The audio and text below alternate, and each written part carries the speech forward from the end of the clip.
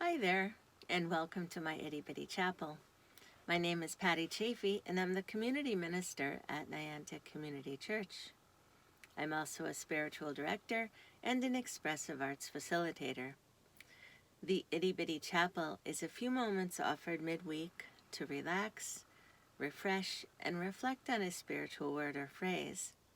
It's usually filmed in or near a sacred space within my home called the Itty Bitty Chapel, and our candle is lit to remind us of the presence of spirit within and around us.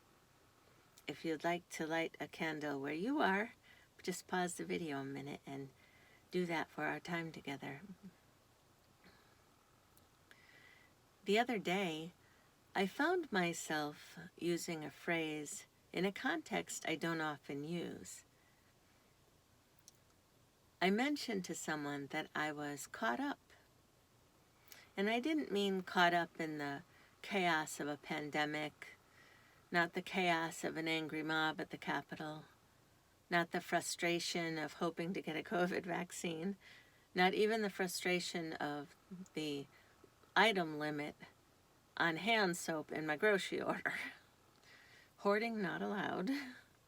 The caught up I was referring to was that I was caught up for a moment from the perpetual onslaught of things waiting to be done in work and in life. There seems to be more and more to do as I get older, but not yet retired, whatever that means these days. Tasks come at us fast and furious, and it's often hard to keep up and easy to move into that place of feeling overwhelmed. There's so much to do as we get older, it seems. Aging parents, children finding their way in life, grandchildren I'm anxious to get to, a full work schedule, and then COVID throwing twists and turns into all of it. But on this particular day, all the stars felt aligned. I had actually caught up with my lengthy to-do list. I'm a list maker. Lists help me organize my thoughts and my days. And I love to check things off, giving me a feeling of accomplishment. It was an interesting feeling, though. Not one I'm too familiar with, as ministry, like life, is very fluid. There's a constant flow of things to do. It never stops. So this feeling of catching up with was a bit uncomfortable and left me just a little bit anxious, as if something was wrong, or perhaps I'd forgotten something. I sat for a moment studying the gorgeous Valentine flowers on my desk that my sweetie gave me a week and a half ago. They're still beautiful and giving me hope for an early spring. During this week's Anything Goes gathering, we were all weighing in on the attributes versus the labor involved with having fresh flowers in our homes. Some folks commented that fresh flowers are a lot of work, having to clip them and change the water every other day. I do change the water occasionally, but pretty much plunk them into a vase and let them be. I'm not much of a gardener or anything like that. But each time I look at them, it is with utter gratitude and amazement. It's 15 degrees out and there are fresh flowers on my desk. My heart overflows with gratitude for this gift with each glance, an awareness of God's creation. And with God's creation of ministry, there seems to never be enough time. But at some point we realize, if just for today, or even this moment, that what we have done is enough, and maybe, just maybe, it's time to stop and smell the flowers. A novel concept, but one I think I'm getting the hang of.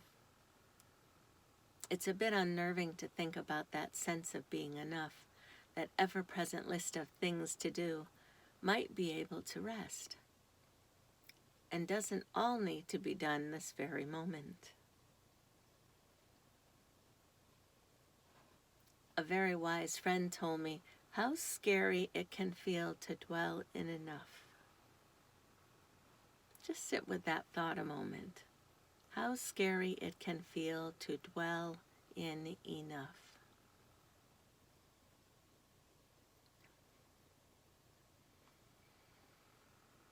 Imagine your list of things to do. Can some of it wait? Or do you feel like everything needs immediate attention as soon as it's brought to yours? How are you dwelling in a sense of being caught up? Is that familiar to you? Or is that as strange as it was to me? I wonder if the wisdom of these flowers, the wisdom of nature, the wisdom of God's creation, has invited me into another way. A way of recognizing what is enough. Nature has a way of helping us to see things differently, I think. Even if it's just for a moment.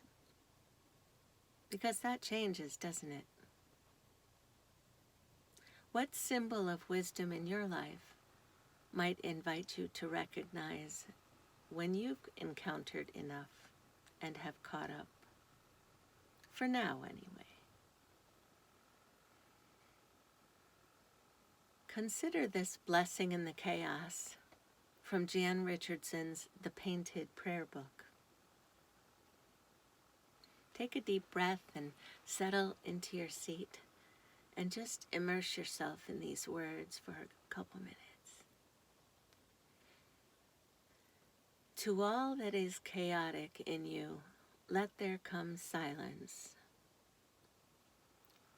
Let there be a calming of the clamoring, a stilling of the voices that have laid their claim on you, that have made their home in you, that go with you even to the holy places, but will not let you rest, will not let you hear your life with wholeness or feel the grace that fashioned you. Let what distracts you cease. Let what divides you cease. Let there come an end to what diminishes and demeans, and let depart all that keeps you in its cage. Let there be an opening into the quiet that lies beneath the chaos, where you find the peace you did not think possible, and see what shimmers within the storm.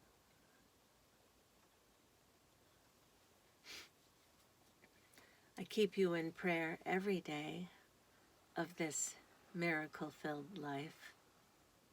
And if this message spoke to you in some way, feel free to share it with others. And until next time, may God bless you in every way you need, the ways we are aware of, and those only God knows. Namaste.